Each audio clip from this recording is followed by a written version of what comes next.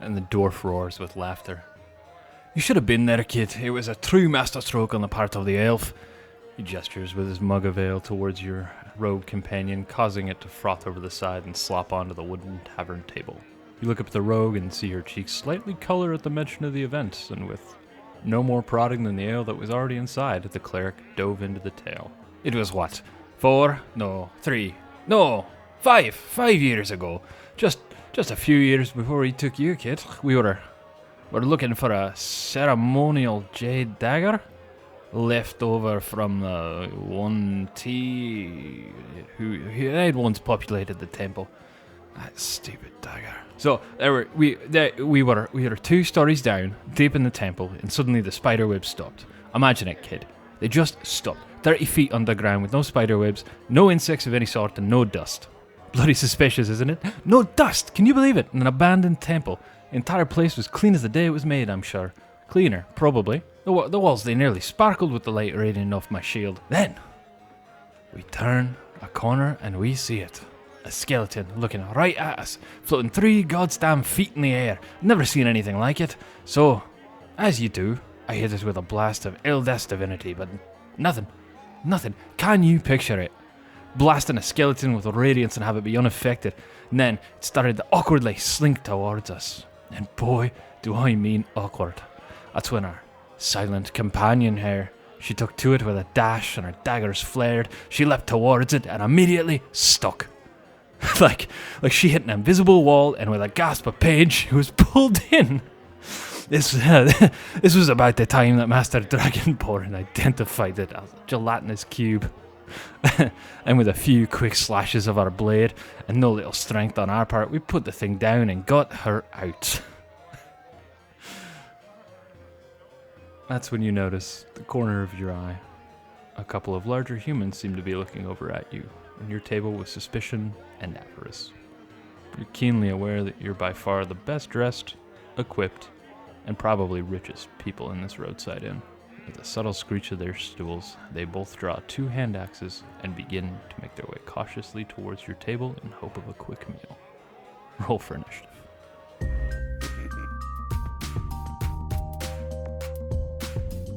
Hey there, creatures, and welcome to Encounter This, a podcast exploration of the creatures from Dungeons & Dragons and the lore that surrounds them. Good day, slimy friends, and welcome to another episode of Encounter This. My name is Freeman Bebop Easton, and my co-host James Rocksteady Kid will be taking us through a very strange creature, the Ooze. The Ooze can be found on Monster Manual 240 to 243, and I believe we will be going through in ascending CR order. Go ahead, James. Yeah. So this might actually be kind of a dry episode because we will be covering 4 different types of oozes. The problem with the oozes, other than Freeman's Wicked Ninja Turtles drop, there's not a whole, I guess Daredevil technically, but sweet Daredevil drop. Why is it Daredevil? Oh, do you not know that story? No. Oh, strap in, listeners. You're gonna. Oh God, here we go. You're gonna get some nerdage. So that the original scene in Daredevil is this truck turning the corner and this canister coming out and hits Matt Murdock in the eyes, and that's how he goes blind. Right. Are you talking about the origin story in the comic books? Okay. Yeah. That canister then rolls and falls down our sewer grate, so nobody can ever recover it. So when Kevin Eastman and Laird, I can't remember Laird's first name, but when Eastman and Laird created the Ninja Turtles, that was the first scene in the first comic book, was this kid getting hit in the face with this vial of ooze, it rolling down into the sewers, and then taking over the Ninja Turtles. Yeah, so because they were both big Daredevil fans, so they technically have the same origin story, like panel for panel. Yeah, that's wicked. Yeah, it's so good. Yeah, it's super good. I specifically chose those because I almost called you TGRI was my original plan, but it's in the second live action film, The Secret of the Ooze. Gotcha. That Bebop and Rocksteady appear in their terrible forms. But so when you say the second live action film, do you mean the newest one? No. Like the Okay. the one from the 90s. Gotcha. With Kevin Nash? A super shredder? Yeah. Yeah. Oh man, you're welcome, Brad. If you listen to these, it's been Ninja Turtle talk. So as Freeman mentioned, we'll be covering all the oozes in 5e except for the Obelix and the Slithering Tracker. We've decided that those two will get lumped into their own episode together. We're going to do them in order of ascending CR, but since there isn't a whole lot of cultural lore, I've done my best to kind of fill this with some cool shit because there is a lot of stuff about the oozes in the game all the way through. Sure. But as far as I can tell, they were created whole cloth for D&D. Sure. I'm sure they were inspired by something. Sure. Yeah, I mean, a trip to the sewer, no doubt. Yeah, I mean, I think there had to have been, like, I don't want to say sentient ooze, but it has to be, it had to have existed in pop culture before 1976, I think. There's got to be something. Yeah, exactly. And I could not, I mean, other than the origin of Daredevil, I just could not nail it down because the Ninja Turtles were in the late 90s, whereas I think Daredevil was in 67. Sure. Oh, God, I'm going to get some hate mail about that. Anyway, so we're going to start with a quote, actually, and it's just, the dungeon floors were spotless. That should have been our first clue, and this is the quote at the top of the page of the Monster Manual by one Jaster Hollowquill. So, oozes. General lore, they're all drawn to movement and warmth. Usually indicative of organic material, which is what they all feed on. They all feed on organic material specifically. They will feed on anything but grime, fungus, and offal. They tend to only absorb that stuff when they absolutely have to. And it kills its prey, slowly dissolving it over time. I think these were probably just inspired by amoebas. Sure, yeah. Black puddings and gelatinous cubes devour and engulf their prey to prevent escape. But when they do, in rules is written that the prey can be rescued. Not all oozes eat all materials. Some have coins or gear left in them. And they tend to prosper in dark and moderate temperatures, preferring to go underground, but they can squeeze, some can climb, some can become pools to hide themselves, and one can even become a wall of stone. Oh, okay. Yeah, so sometimes they're captured by other denizens of the dungeon and used in a pit trap, and they can be kept in place by braziers because they have an aversion to heat, or by being fed. So sometimes like a gnoll will lure it into a pit and then just kind of slowly throw frogs at it until the trap goes off. Yeah. So they have an aversion to heat, but they are drawn by warmth. Warmth. Okay. Yeah. So like fire, they have an aversion to. Sure. So, but they have some infrared that can just detect your body heat. Yeah, I think that's just flavor. I think that's just it's all about the flavor. Yeah, we'll see if that comes into play later on. And they're said to be spawns of Jubilex, who is the demon lord. One of his titles is the Faceless Lord. The other title is the Oozing Hunger. And Jubilex only exists to consume. And stats for them can be found in Mordenkainen's Tome of Foes on page 150. Cool. Which we'll probably do at some point. I have no idea how we're going to do these demon lords. That'll be a big one. Mm-hmm. We'll pick up things with the Grey Ooze. Grey Ooze, okay. Yeah, it's been around the whole time, so it's present in 1st edition and 5th edition. It can closely resemble rocks or wet stone, because at one time it was. Oh, so it was actually turned to it was a rock wall that was turned to slime by chaotic magic, which I don't understand at all, but that's what it says in the lore. I wish it was a blue cheese slime. just mold on the wall. Well, we'll get into the mustard jelly later. Okay. Yeah. There's so many. There's so many. Is there? Yeah. Yeah. Like okay. there's Cool. such It's a cool. Honestly, been a really long time since I looked at any of the oozes other than the gelatinous cube. Yeah. There's such a really cool pedigree, and I love oozes. I think they're really neat. Sweet. They can't. So the Grey Ooze can't climb walls, so it slinks around, and it specifically says it strikes like a snake, like an adler. So it raises its pseudopods up and it shoots them out at you. Okay.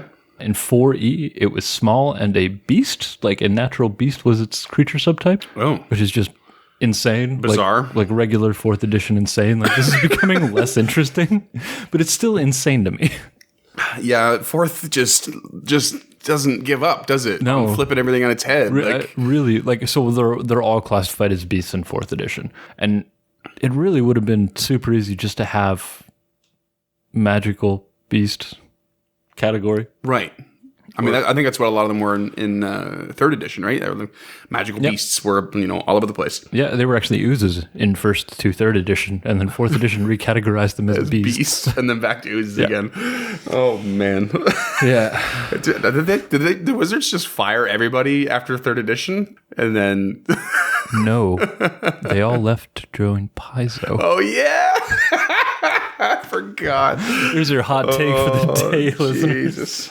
Wizards had to build the D&D team from the ground up because of 3.75. Damn. That's why we love Pathfinder so much. That's why I love Pathfinder so much. It is pretty great. Yeah.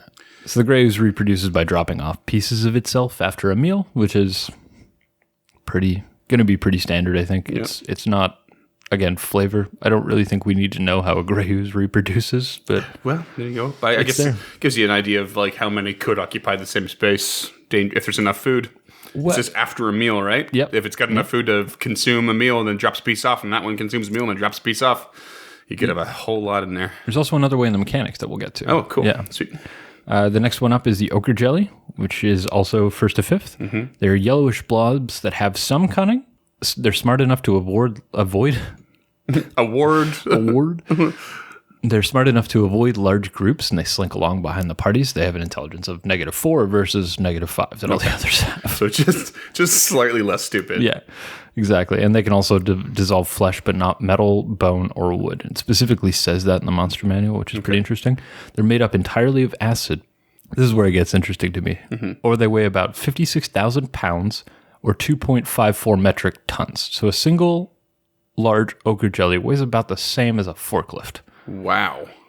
And they're the favorite creature of... Go ahead. You got it. Gaunadour? Gaunadour. Stuart, write in and correct me on that. You've read all the Loth books. He's the drow deity. It is the drow deity of slime, one title. It's also suspected to actually just be Jubilex. Okay. So next up on the shopping block is the gelatinous cube. Classic. Also first to fifth edition. I think that's just standard. All four of these are first to fifth. Mm-hmm. They are my favorite by far. I have a mini that I painted that I really love. It's wicked. It's super cool. It's the one. It's the one you guys have seen out there. It's by WizKids by NECA. But do yourself a favor and go back and look at the pictures from like first to fourth edition. They're all just amazing. Are they? Yeah. Yeah. One of them, like for the first two editions, it looks like just a melting ice cube. We're gonna pause here because I really want to show Freeman. Okay. And they're said to scour dungeons in silent patterns like a Roomba, and you will find that comparison everywhere online. I am not unique or clever. Everyone's talking about how they're like Roombas? It's all over the place. They only devour flesh, they leave metal and wood, so you can just find shit inside of it. It makes it real easy to spot because it's clear. So like you can just find a gelatinous cube with, let's say, a skeleton in it, or a shield, or an axe, like a fully formed axe, because it just can't do shit about that. Right. So I love that, just the idea of finding a whole Viking warrior inside. Do they have any way of like relieving themselves with leftover stuff? I'm sure they do, but that, I don't know. What happens if a gelatinous cube gets too full and they can't feed anymore? They get bigger. Oh God, that's terrifying. So they are said to weigh about 50,000 pounds or 23 metric tons, which is about the size of a Greyhound bus, and that's another large creature, which is fucking insane. Wow. According to the second edition monster manual, they reproduce by budding, which is leaving smaller cubes just to hang out on a pile of shit until it can grow into a regular sized cube. And when two cubes literally meet, a pile of shit. Yeah, exactly. Yeah. And when two cubes meet, they would form into a huge giant monster cube for a few days before just separating and going on their own way. Oh man. Yeah. And an honorable shout out to Glabagool, who is a sentient gelatinous cube who lives in the Oozing Temple from Out of the Abyss in 5th edition, which is insane. It's like this green gelatinous cube that just has a pair of eyes floating in it. It's fucking wonderful. Glabagool, yeah. Like the picture like The Sopranos. Yeah. It's Gabagool. Oh, it's my new favorite thing. It's fucking wonderful. That's awesome. I just can't believe we still live in a world in 5th edition. They're like, fuck it, put a pair of eyes in the G cube. It's a new creature. They give it a little more like they bumped its intelligence up to 10. Like, what the hell? Yeah, it's great. And then we'll move on to the black pudding, the beast of the bunch. Also, 1st to 5th edition. Looks like a puddle of oil or the venom symbiote. Yeah, that's in the notes. Oh, God. Become a Patreon subscriber, and you can see, like, I'm just reading this shit verbatim. You can see lame. Yeah, it's bad. Down. It appears as shadow in dim light. This one does corrode flesh, metal, and wood. Okay. So it'll mess up your day. They used to belong to a subgroup of puddings. White, brown, done from the 1982 Lost Caverns of Toscocanth. That's not even supposed to be pronounced. Yeah. Tscojanth. Correct. That's not for a human tongue, I don't think, or at least not for a English Canadian white man tongue. Yeah, it's a tough one. What the hell? So white is a snow pudding. The snow pudding. Yeah. Okay. So the black one is acid. Yep. The white the black one is found in like dungeons and shit like that. The white one is found in Arctic terrain, and that's in 1st to 3rd edition. Brown one is found in marsh terrain, 1st and 2nd edition. It does not dissolve metal. The dun, which I think is probably just dune misspelled, is found in deserts, 1st to 2nd edition. And this one can actually eat silicates and sand if it can't find flesh. Okay. And there are a couple others. Stone, dense pudding deserves a sweet mention here. We can't dive into all of them, but a couple of shout outs go to green slime, which was a huge one in 1st through 3rd editions. Okay. They can eat all materials, but they're stationary, so they like hang off of shit. Like they're the stuff you see in the Aliens movies. Shadow slime, which is a corrupted green slime that came from the Shadow Hell, and can only be seen with the daylight spell, which I thought was really neat. Oh. So you just have this green slime hanging there, blocking your way, giving you acid damage every time you go into a doorway. Can't do anything about it, Yeah. And then mustard jelly, which this one is pretty brutal. Makes me uncomfortable a little bit. Oh, yeah? So they're sentient jelly, and they use toxic vapors to asphyxiate their prey. So 1st to 2nd edition, this is obviously a poor reference to mustard gas from World War I and II. Yeah. Crystal ooze, which I thought was really cool. It's a gray ooze that's been adapted for water. It's 1st and 2nd edition. And there are others, olive ooze, venom ooze, living muck. Like there's some, it's a pretty deep category. Crazy. I didn't realize there was that many. Yeah, I didn't really either until I really dug down this hole. I knew about like olive and crystal and green slime, and it keeps getting bigger and bigger. And then we'll shout out the Slithering Tracker real quick because it's in Vol's Guide to Monsters 191. We will put that together with the Oblex episode. And like just a quick, like a brief idea on Slithering Tracker and Oblex is like they Oblexes are oozes, but they are created out of like rituals. Is that more or less true? I feel like that's what I had read. Whereas slimes are believed to have come from fall off of Geoblex or whatever. Oblexes and the Slithering Tracker are all oozes that have been specifically created by dark rituals for particular goals, and they're higher intelligent oozes in general. Off the top of my head, I can't confirm the Oblex, but I know that they're intelligent and they hunt. Specifically, they hunt. Sure. Okay. So the Oblex like will not only hunt, but it will take on the form of things that it's hunted to lure prey in. Oh, crazy. You guys fought an Oblex, but we'll go over that in the homebrew of that episode All right. in the future. And the fun fact of the day is Lisa Granshaw at sci-fi.com lists ooze as number 9 on the 9 scariest, most unforgettable monsters from Dungeons & Dragons, which I thought was really neat. Right. It's like, awesome. like the first result when you Google ooze. Oh, yeah? Yeah. But it's a good article. She's a great author. She's got some good ones on there. What was number 1 on that list? The Beholder. Yeah. Terrifying. Very. So the word ooze comes from Middle English woes, meaning sap. Ooze is actually currently defined as a liquor that's used for tanning leather made of tan bark or sumac extract. Okay. I know what sumac is. It's delicious. I don't know what tan bark is, but I imagine it's... Probably something from a tree. Yep. Maybe. Yeah, I would think so, yeah. And it means to secrete or slowly leak or seep currently as well. So it's got 2 definitions. It is a noun, and then it's defined as a verb there. Yeah. Seep is a terrible word. Yeah. Everyone gets uncomfortable with moist. Seep gets me. Seep is... Ugh, Yeah, seep's a weird one. Yeah. This whole show's a little weird. Yeah. And cultural lore, like I said, as far as I can tell, there's not really anything there. I'd love to be corrected. I spent a couple of weeks looking for this shit. So if anybody out there can point me to a reference, I feel like if I can find Kolchak the Night Stalker, I can find something about oozes. But yeah, I mean, here we are. Yeah. Yeah, so we don't really have any differences to discuss. It just says nope under my notes here. We'll talk about the differences between each type of ooze. Yeah, exactly. Which leads us to our non-ad break with Strange Fellows. Who are they? They are this wonderful craft brewery in Vancouver, British Columbia, Canada. I hate that I have to say Canada at the end of that. You should just know where British Columbia is. We're not the district. Canada's a thing, guys. Yeah, it's not Vancouver, Washington. John Vancouver actually landed here. Well, he landed in Victoria, but that doesn't matter. He landed here. What are we talking about? Blackmail. This episode is definitely in no way brought to you by Blackmail Stout from Strange Fellows, but we're going to thank them anyway because it's wonderful, delicious, and I still, 14 episodes in, think this is a great bit. I am in no way tired of it. This is going to be our couch bit, I think. I think one day we will be properly sponsored by them. One day we're just going to be tired of it and move to Strange Fellows Talisman. No, what? Coin dark matter. I'll get Lee on the phone. No. I'm gonna. I think when we get big enough, we'll do it.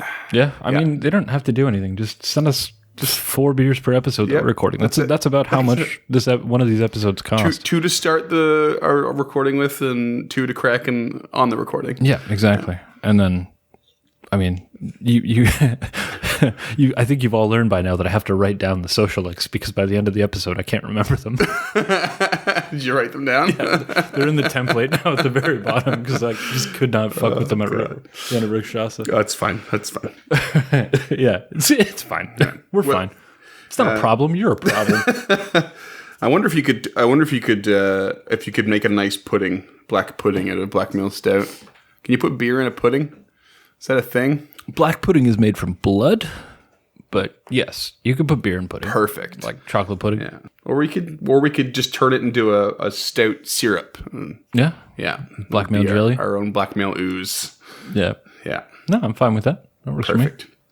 Let's dive into the mechanics of gray oozes. Gray oozes. What CR are we looking at for the gray ooze? We're looking at a 1/2. A 1/2. So this is the lowest CR we've done. Yeah, absolutely. This is the baby bitch. 22 HP, 8 AC, medium creature, unaligned, no languages. This is where they get kind of cool, I think. Mm-hmm. They're straight up immune to acid, cold, and fire. Crazy. Blind, charm, deaf, exhaustion, frightened, and prone, which all those make sense. You can't hurt what isn't there. Mm-hmm. And they've got blind sight 60 feet, which is how they justify that smelling blood or whatever it is they do. Well, I love that. Again, you're in the general lore. They were drawn by warmth, aversion to heat, but this one's immune to fire. Yep, right. So it's a lot of very consistent. So that Brazier stuff might come from a past edition. Yeah, I tend to mix those lores together a little bit just to beef them out. So that stuff's probably not specifically referring to the gray ooze. Mm-hmm. I don't think any of the other ones are immune to fire. Okay. But this one was made of stone at one point, so it makes sense. So they have the ability called amorphous, which means they can move through a space of 1 inch without squeezing, and they corrode metal. So this is cool. Mm-hmm. Almost all of them have this. Yeah, squeezing in particular is a mechanic in the game, correct? Is there squeezing in 5e isn't mechanically? No, I mean, I don't think there is. And very much a thing in Pathfinder, I know that. Yeah, I think it's just so that it has it can expedite its escape. It just can move through a space of 1 inch, and it can do it at its normal speed essentially. Yeah, Okay, exactly. Fair enough. Corrode metal's the next ability. So when you touch or you are touched, including melee attacks, you take 1d8 acid damage. So non-magical weapons made of metal also corrode. They take a -1 to damage rolls, and this stacks up to -5 when the weapon is destroyed. Crazy. They can also just straight up eat through 2 inch thick metals in one round, which is pretty insane. So I would let them eat up an axe. Now, does this corrode I assume it applies every time you hit or are hit. And then can you just wipe it off and remove that -1, or is that -1 permanent? I would imagine that's what the mending spell's in there for. Yeah, sure. Fair enough. Yeah. I wouldn't let you just wipe it off. Yeah. If your metal's being corroded, you can't just. Yeah. I mean, you could sand it off or stone it off. Yeah. And 1d8's no joke at a half CR either. Like no, and I guess that's just on top of its shit, right? Which is pretty cool. Yeah. And then it has false appearance, which it's indistinguishable from wet rock or oil when motionless. Mm-hmm. So also reflected in the lore, which is pretty cool. Yeah. Then it has the pseudopod attack, which we're going to get real familiar with. Yeah. This one has a +3 to hit, which is 1d6 bludgeon, and 2d6 acid, which is pretty great. Wow. And then it's a -1 acid to armor, which stacks to 10 when the armor is destroyed. Okay. So there's some depth to mechanic here, and that's why I like this. It's got 22 HP. They seem, to me, off the surface, they seem quite powerful for only a half CR. Yeah, it's that 8 AC, I think. It's the 8 AC, yeah, very easily hit. Yeah, I mean, you could essentially roll a 4 with a fighter at first level. And what's their actual movement speed? I don't know off the top of my head, but I imagine it's 30 feet. Mm-hmm. You can crack the book if you want. Yeah. And then we've got the ochre jelly. This one is a CR2. Mm-hmm. HP 45, AC 8. Mm-hmm. Large, unaligned, no languages. It's immune to lightning and slashing. It's resistant to acid, which is crazy. Okay. Because it specifically says in the lore that it's made of acid, but it's just resistant to acid damage. So sure. Some acids eat other acids. Oh God, where's my fiance? She would know. She would know, yeah. Yeah. It's immune to blind, charm, deaf, exhausted, frightened, and prone. Mm-hmm. And again, blind sense 60. It also has the amorphous ability, but it has the ability spider climb, which means it can climb difficult surfaces, including ceilings, and it doesn't require any sort of check, so it can just fucking slither up a ceiling and drop down, which in 4th edition is actually listed under the tactics. It's like, have the ochre jelly climb a wall and just fucking and just drop on the last member of your party. Yeah. Oh. And then their attacks, again, is pseudopod, so it's the same, but it's a +4 to hit, 2d6 bludgeon, and 1d6 acid. So pseudopod, by definition, is just like it's a pseudo limb, essentially, is it not? I would imagine so. Yeah, they just reach out and kind of whack you. Yeah, like a fake tentacle. Right. I would think. Yeah. I think that's probably where all that stuff comes from. And then it has a cool reaction called split. So if it's medium or larger, and it takes lightning or slashing damage, it splits into 2 new oozes with a minimum of 10 HP or half the current. And new oozes are one size smaller. It cannot split when it's small. So if you split a medium into 2, it can't resplit. But okay. Still, that's pretty cool. If you're fighting 2 ochre jellies, you hit it with, was it lightning or slashing? Mm-hmm. As its reaction, it splits into 2 mediums, and then if you hit either of those, they split into 2 smalls. Yeah. So you can go from 1 to 8 real quick, and they all have the same power essentially and strength. So you could really overwhelm yourself by mistake. Yeah, exactly. Yeah. It's a cool ability, and I think that justifies its CR2 for sure. And I mean, 2d6 bludgeoning is nothing to shake a stick at. No, certainly not. With additional acid damage on top. Exactly. Not messing around. And then we get to my favorite, which is also a CR2, the gelatinous cube. HP 84, AC 6. So bigger HP, lower AC. Yeah. Yeah. No languages.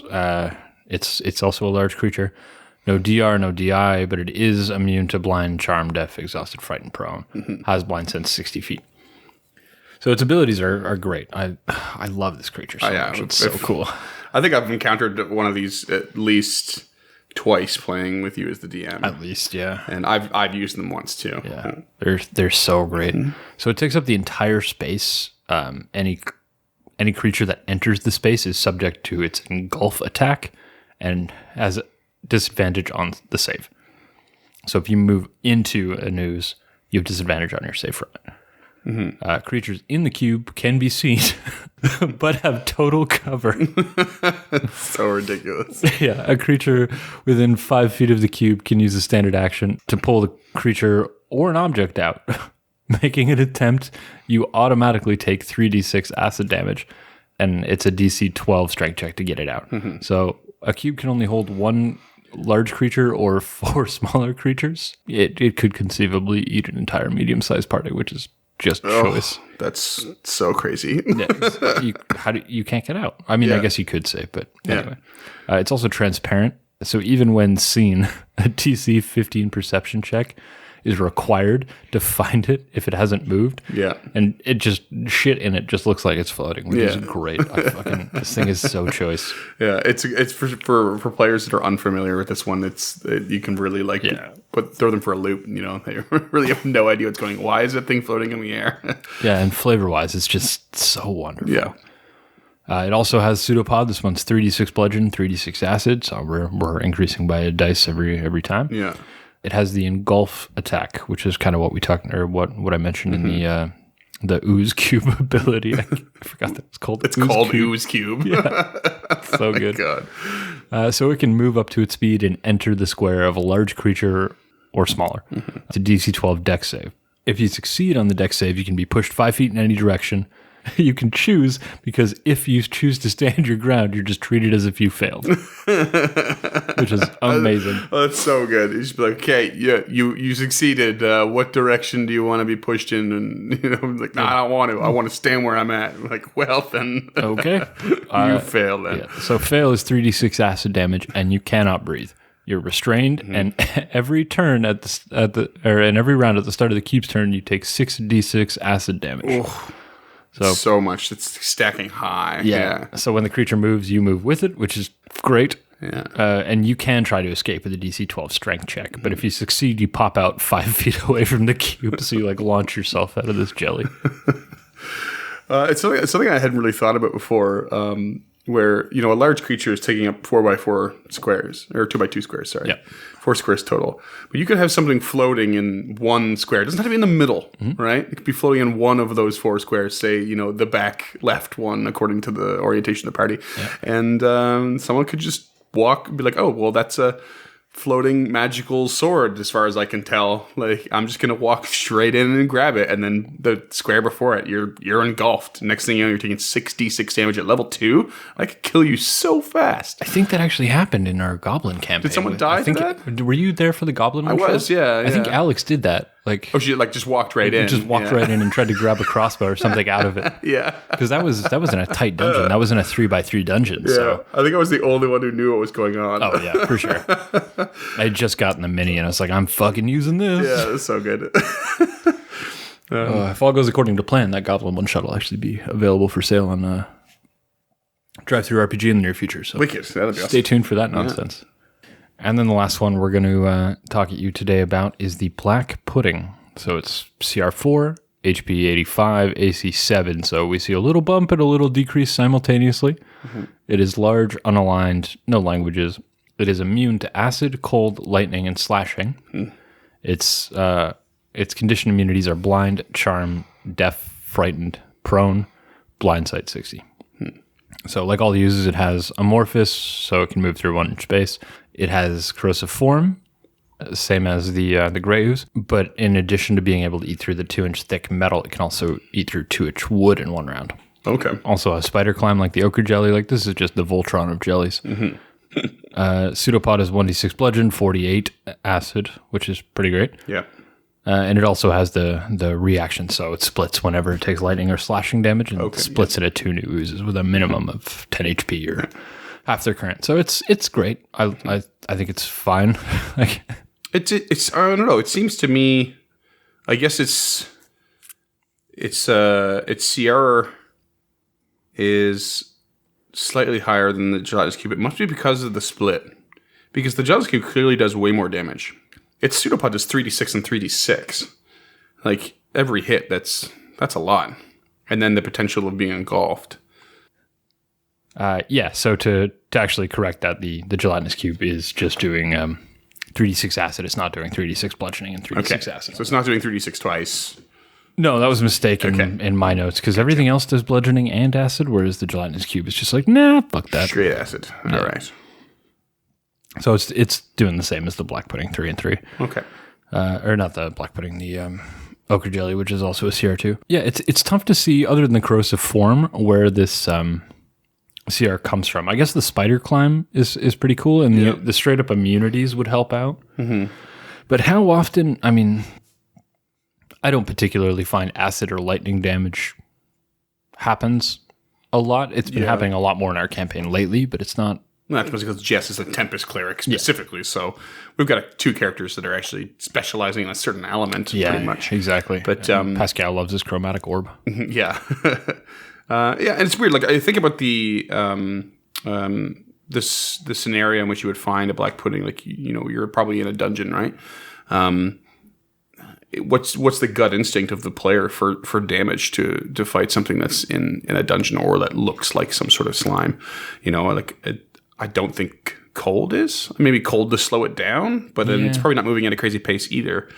You might hope that it solidifies. It turns into more of a molasses than anything. But the one. I mean, to me, it makes sense that these are the types of attacks that Granted, it's split action and that sort of thing. But what are the chances that your players are actually going to go to those? Slashing makes sense to me because at least to me, slashing is kind of the general. The go-to damage between swords and axes, they tend to have the highest damage per level. So people tend to lean towards damaging weapons. Slashing makes sense. I've run an ochre jelly before in just another little one shot, and immediately they went to slashing damage. Oh yeah, yeah. It got weird. It got weird real quick because I couldn't figure out what it is. Like who wants in what world does piercing an ooze makes sense versus bludgeoning an ooze? Right. Like slashing is what makes sense. Right. To me, at least. Like, you cut chunks of it off until it's too small to do its shit. Right. Like just sticking your rapier in it over and over again. Like there's no vital organs to strike, and that's what piercing damage is for, is precision striking damage, whether it be from an arrow or from a bolt or from a rapier. Like I'm not going to squish an ooze that's... Yeah, what's the scientific name for that sort of liquid substance? But when you hit it, it turns to a solid when a certain amount of force is added to it. You can make it with cornstarch and water. Oh, I don't know. I forget it's a non-Newtonian fluid. Oh, okay. Yeah, that's it. And so that's kind of how I imagine these things a lot of the time. If you're hitting them with a bludgeoning damage, I mean, we're pretty much going into homebrew now anyway. Might as well. That's probably what I would lean towards, a resistance to bludgeoning. Piercing, I guess, doesn't make a lot of sense, but I don't see why it would have a downside as opposed to bludgeoning. I think would it would have less effect rather than... Yeah, I suppose. Yeah. I think I don't know. Piercing's a tough one for me because arrows are made of wood. So almost all these cubes would just start burning up the arrow as soon as it got into it. Sure. I don't know. I honestly don't think I would homebrew these guys at all because I just cannot figure out how I would do it. I've run, like I said, I've run the ochre jelly and the G cube as written, and they've been great. They've been just fine. The CR is actually appropriate, which is not something that I'm ever going to say. I at least say very often. And they're fun to run because there's a lot of mechanics going on the DM side. But I think I'd be more concerned about where they fit into my world and how I would use them in combat than actually changing the stats. Because again, I don't have any thoughts on how I would change the stats or the abilities other than I don't know if I'd go straight up immune to bludgeoning, but I think resistance to bludgeoning makes a lot of sense in literally every case here. But is there anything you would change to beat these guys up or change the CR or anything like that? Yeah, I don't know. It's a tough one because I'm not. Nothing springs to mind of what I would want to add to them to boost their CR. Nothing. There's nothing I can think of that would make sense. To just give them. My guess is that when we cover Oblex in the Slithering Tracker, that's when those would be the things that a higher intelligence, the ability to Oblex are wonderful. Yeah, to actually track down enemies and think intelligently and hunt.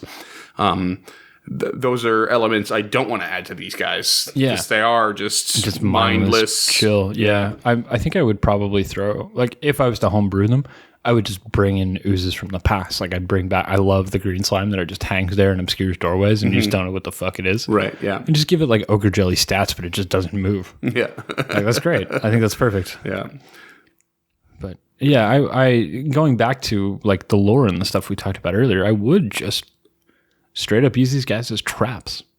Yeah, they're more of a trap scenario than a proper combat, eh? Yeah, it's puzzle your way out of this combat, you weirdos. No, I remember encountering it in your Goblin One shot. What was another example of you using a gelatinous cube in particular? Do you recall? I do. It was a couple of weeks ago where you guys were in the mansion, and then the skeleton floated up in the dumbwaiter. Oh yeah, we did, but we never really discovered it was gelatinous cube, did we? We never fought it. You did, yeah. Did we? Yeah. I don't remember that. You just made very short work of it because Okay. you were level 6 at the time. Oh yeah, sure. And I didn't homebrew it at all. Yeah. That was just all flavor. I remember being a slime of some kind. Yeah.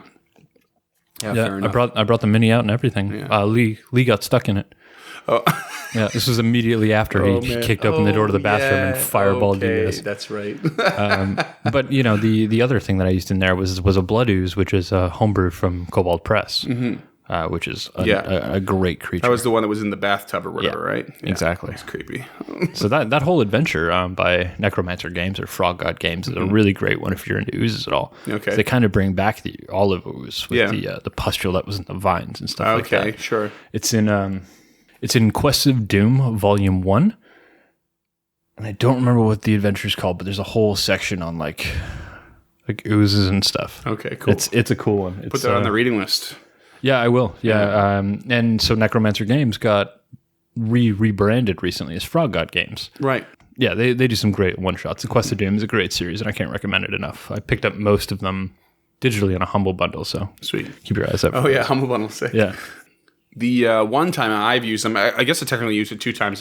My Australian campaign, I set up the first part of it as a one-shot to be reused, and later on I did run it with Carissa and Chris and our friends Ali and Jay, right. And we. That's Ali, the voice of Posey Rummagfelder in the from the Hag Suite. Yeah. So we the whole one-shot was a lot of like sort of puzzle solving, exploring, and role playing for sure. There wasn't a lot of direct combat. Yeah. And it was kind of meant to introduce a lot of players to some of the stuff outside of combat, like right away. Yeah, that's a tough introduction to make. Yeah, and so I had water weirds in one spot that they had a really hard time fighting, and they were kind of meant to run away from them. Water weirds are CR5. Yeah. I think. And we started at level 3. And then there was a room with 2 gelatinous cubes in it. And again, they weren't meant to like... Did they Voltron into one bigger one? They didn't know.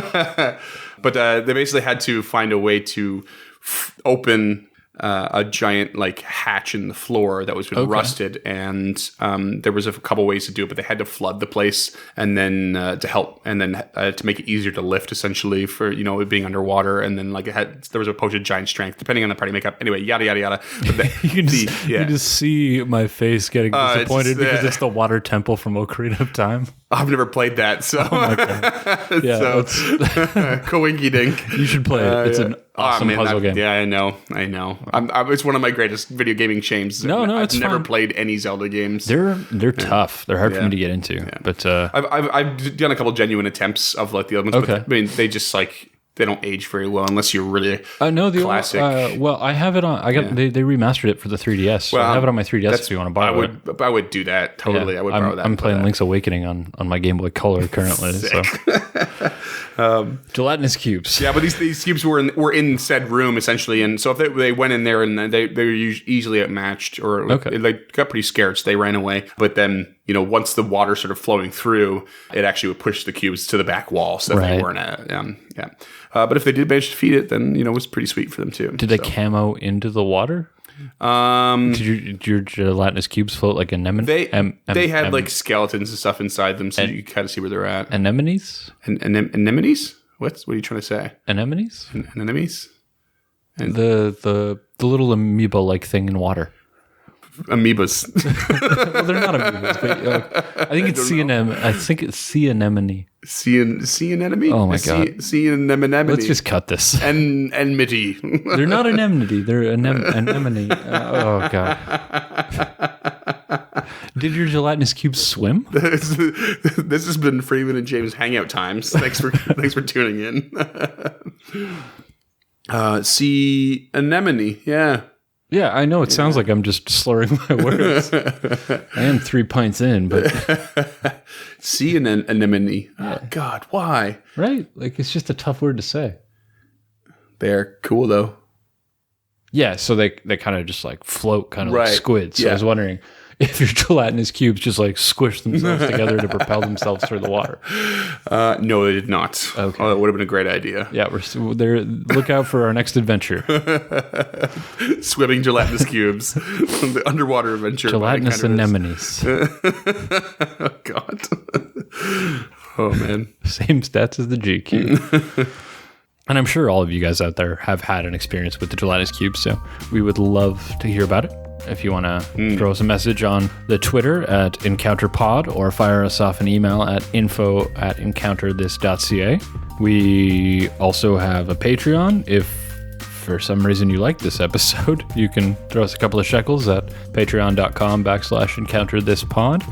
We've got a $1 tier, which gives you access to our Discord, and our $5 tier gives you access to our private show notes and a handwritten thank you letter from me.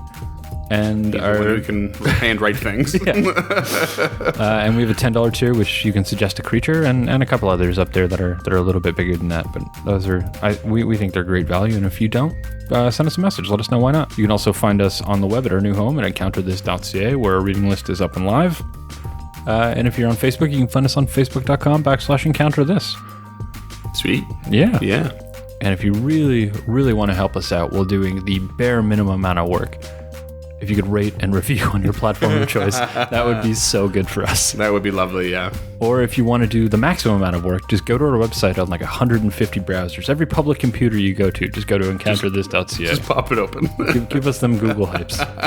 That'd be amazing. I think that's how that works. But beyond that, thank you for listening to us. We're sorry this is a little bit of a shorter episode, but it's hard when there's no content out there. You guys got unicorns. It's a long one. The next one after this is going to be lengthy. Yeah, Kyrene's also going to be a beast. Yeah. Freeman does all the real work around here, I think is what we've learned. No, we've learned to call it Freeman gets carried away. Episodes are hovering around 30 minutes. Freeman's around an hour and 15. He's in it for the long haul, listeners. Sorry, guys. No, don't be sorry. They get what they pay for. So if you like Freeman's longer episodes, throw us some shekels so he can go full time, and he can write all the episodes, and I can just sit here and get drunk and yell at him when he's wrong. Yeah, sure. I'll do that. I don't think I would ever let him do that. I would miss it so much. But we will get at you next time with Kyrene. So if you got any sweet stories about those, feel free to hit us up on any of those aforementioned platforms, preferably Twitter, because it's the easiest one for us to answer, and it's the only one that I actually get notifications for. I'm going to cut that last bit out, but thank you for listening, creatures, and we'll see you in a couple of weeks. So long. Stay greasy.